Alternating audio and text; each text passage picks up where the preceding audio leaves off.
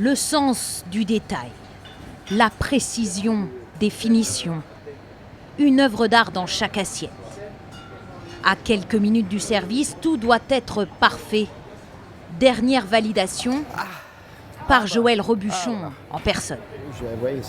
C'est ça la réussite, il faut qu'elle soit juste à peine prise. Ambiance feutrée pour son tout premier restaurant en Chine. Face à l'une des plus belles vues du pays, le Bund de Shanghai. Le chef le plus étoilé au monde est dans ses petits souliers. C'est un petit peu le rêve de moi quand j'étais jeune, c'était l'Amérique, vous savez, c'était l'oncle d'Amérique. On avait tous envie d'aller aux Amériques. Je crois qu'aujourd'hui, on a tous envie de venir en Chine. Il y a une dynamisme, c'est une vie de jeune, moderne. C'était là où il fallait être vraiment... À moins de 200 € le menu, ce ne sont pas les Chinois qui s'en plaindraient. De plus en plus riches et en quête de raffinement, ils apprécient déjà l'excellence à la française.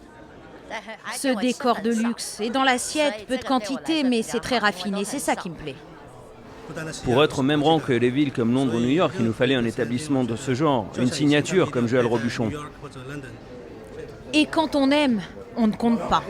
Ce franco-chinois, l'investisseur et propriétaire des lieux, ne s'en cache même pas. On dit que vous avez investi 10 millions d'euros pour cet établissement. Plus que 10 millions. 100 millions d'yens. Ça paraît beaucoup, oui et non, mais vous voyez l'établissement, la cuisine, l'excellence. C'est très important que M. Joël puisse s'exprimer. L'empire du milieu ouvre grand ses portes à la gastronomie française, même là où on ne l'attend pas. Nankin, l'ancienne capitale du Sud, ville paisible de 7 millions d'habitants tout de même, veut elle aussi son chef français. Ce restaurant de luxe, signé Mauro Colagreco, 2 étoiles Michelin, vient de s'offrir les talents de ce Français de 38 ans. Passer des cuisines du Mirazur de Menton aux écoles du CAS au Brésil. Découvrir de nouveaux produits, satisfaire les goûts des clients chinois, tout un défi.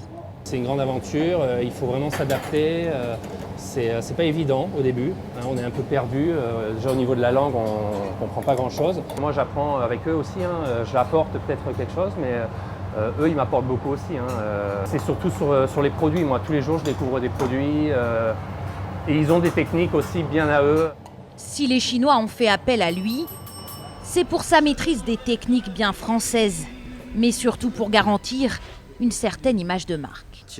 Quand on pense à la haute gastronomie, qui est notre positionnement, on pense cuisine française. Avoir un chef français, c'est l'assurance d'une certaine qualité, d'un certain standing.